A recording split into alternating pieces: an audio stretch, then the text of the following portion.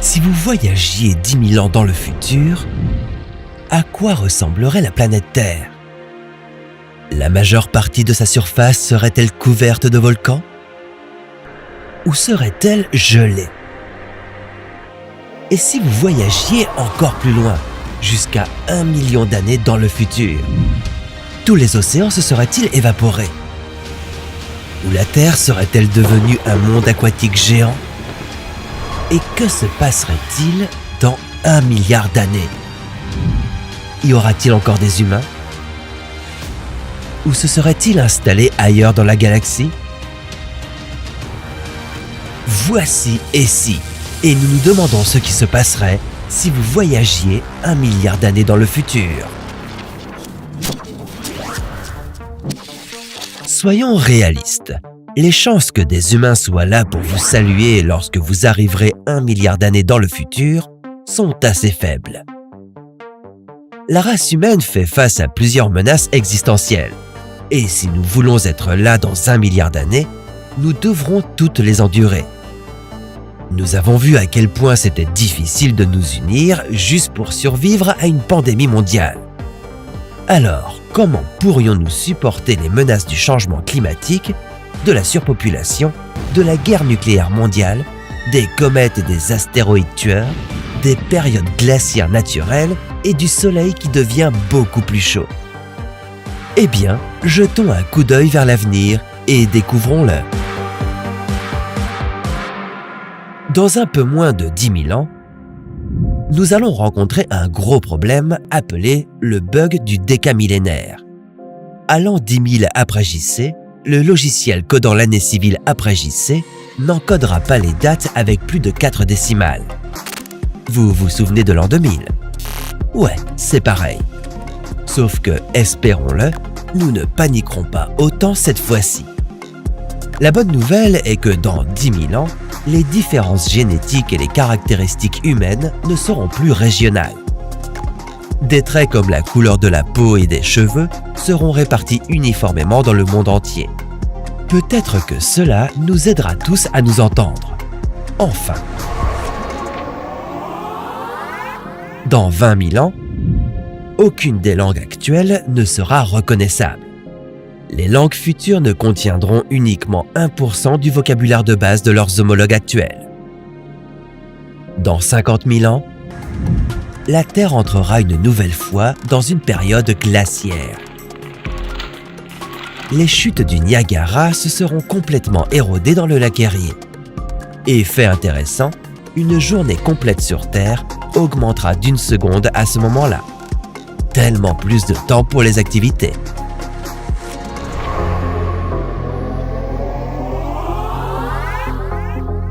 Dans 250 000 ans, le volcan Loihi s'élèvera au-dessus de l'eau pour former une nouvelle île à Hawaï. Dans 500 000 ans, il est probable qu'un astéroïde d'un diamètre supérieur à 1 km percutera la Terre, à moins que nous ne puissions l'en empêcher. Le cratère qui en résultera ne fera pas moins de 400 km de diamètre. Il déclenchera des incendies sur toute la planète et rendra l'air irrespirable. Nous avons hâte de voir ça. Et au cas où cela ne suffirait pas, dans 1 million d'années, nous aurons probablement une autre éruption de supervolcan suffisamment importante pour cracher 3200 km3 de cendres. Cela produirait suffisamment de lave pour remplir 75% du Grand Canyon. Ce serait similaire à l'éruption de Toba qui a presque anéanti l'humanité il y a 70 000 ans. Oh, et l'étoile voisine Bételgeuse aura explosé en supernova à ce moment-là, la rendant visible de la Terre même en pleine journée. En l'an 2 millions après JC, l'humanité aura des colonies dans tout le système solaire. Cela signifie également que si les populations de différentes planètes sont restées séparées, les humains pourraient s'être transformés en d'autres espèces adaptées à leur monde en question. Dans 10 millions d'années, une grande partie de l'Afrique de l'Est se détachera, formant un nouveau bassin océanique. Dans 50 millions d'années, l'Afrique entrera en collision avec l'Eurasie, effaçant la mer Méditerranée, et une nouvelle chaîne de montagnes se formera entre ces deux masses continentales. Cette chaîne de montagnes pourrait comprendre une montagne plus haute que le mont Everest. Dans l'espace, Mars entrera en collision avec sa Lune, ce qui lui créera un système d'anneaux comme celui de Saturne. Dans 60 millions d'années, les Rocheuses canadiennes et américaines se seront entièrement érodées. Dans 80 millions d'années, toutes les îles hawaïennes seront sous l'eau. Dans 100 millions d'années, un astéroïde mesurant 10 km de large et semblable à celui qui a tué les dinosaures il y a 60 millions d'années frappera probablement la Terre. Dans 250 millions d'années, tous les continents sur Terre fusionneront comme la Pangée. Sauf que cette fois-ci, ça s'appellera Pangea Ultima. Mais ne vous y attachez pas trop, car dans 400-500 millions d'années, Pangea Ultima se séparera à nouveau.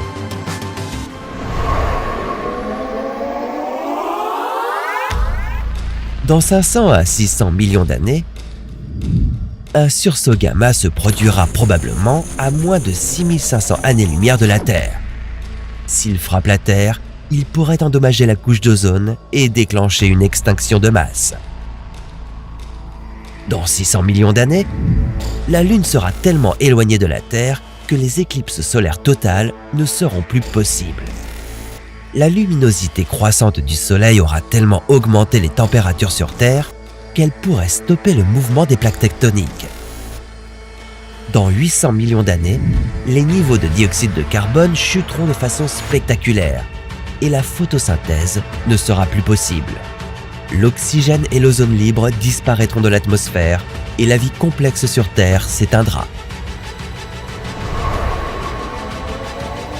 Et enfin, dans 1 milliard d'années, la luminosité du Soleil aura augmenté de 10% et la température moyenne sur Terre sera de 47 degrés. Notre atmosphère ressemblera à une serre humide et nos océans s'évaporeront, ne laissant que des poches d'eau à chacun des pôles.